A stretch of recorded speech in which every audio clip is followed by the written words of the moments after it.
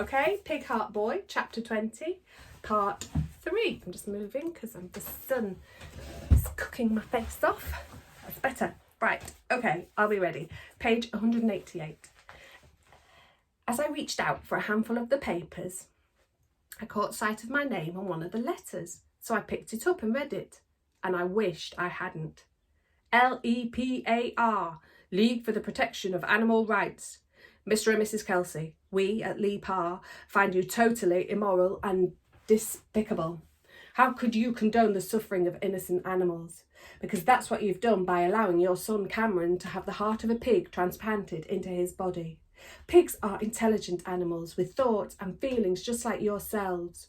Would you feel it right to have humans bred for the sole purpose of being killed to allow others to use their organs? If it is not right for humans, why do you feel that such action is right and correct for animals? We understand you're concerned for your son.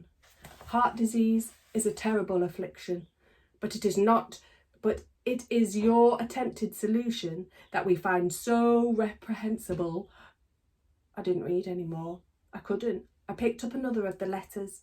It was even worse. Rage and anger spilling from every word on the page. I picked up another and another. Threats and more threats made against me, against Mum and Dad, against our house, our car. It was horrible. Some of the letters accused Mum and Dad of only letting me have the operation so they could cash in on the resulting publicity. Some were from animal lovers who sympathised with Mum and Dad's position, but asked if they had explored all the options. Some were actually from people wishing as well, but they were few and far between. Most were just nasty. Profoundly shocked, I looked up at Nan. Have you seen these? I asked. Some of them, Nan admitted. They're today's batch of letters. I read some of them when I arrived this morning. I didn't know your Mum and Dad had put them in there. I wish she'd told me. Today's batch? I stared. You mean we get these every day? Every single day. But why do Mum and Dad keep them? I looked down at the pile of letters again. It couldn't have been more loathsome if it had been a pile of horse manure on the kitchen floor. The police advised them to keep the worst ones, just in case someone tries something. So each night after you're in bed, they go through them. I picked up another. No, Cameron, put it down. Don't read any more, Nan ordered gently. These people hate me. They don't even know me and they hate me. What have I ever done to them? I said, bewildered. Cameron, it's not you. It's what you represent. You mustn't take it personally. But how could I take it any other way? These people really hated me and Mum and Dad for what we'd done. I shook my head. Why didn't Mum and Dad tell me? What for? Why upset you too? Can't the police do something about them? Like what? People are perfectly free to post letters wherever and whenever they please in this country, said Nan. Do people really believe that Mum and Dad only let me have the operation for the money they could make? I asked, appalled at the very idea of it. Some do. Your dad has had to put up with a lot of nonsense at work, and your mum reckons her company's on the verge of letting her go. They keep getting inundated with people trying to get in touch with her. But she's not going back until next week.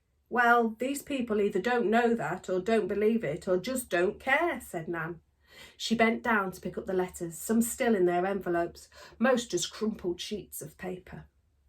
That's why Mum and Dad wouldn't take the money those 2 newspapers had offered, isn't it? I realised. Because then all of those people who accused them of only doing it for the money would think they were right.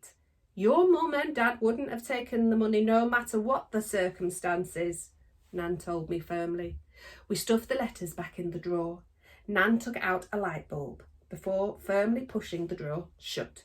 Now, I believe you were going to change my light bulb. She handed the bulb to me. I nodded and turned to leave the room. Cameron? Yes, Nan. Don't let it get you down, okay? I forced a smile as I left the kitchen, thinking it was much too late for that. Thousands and thousands of people out there didn't know anything about us except what they'd read in the newspapers, and yet to them we were the scum of the earth. And Julie and her mum were among them. I told myself not to mind, not to let them get to me, but I'd be lying if I said that at that moment I didn't feel like shouting at the top of my voice or kicking something. Okay, the end. So that's the end of chapter 20. We'll do chapter 21 tomorrow. Bye bye.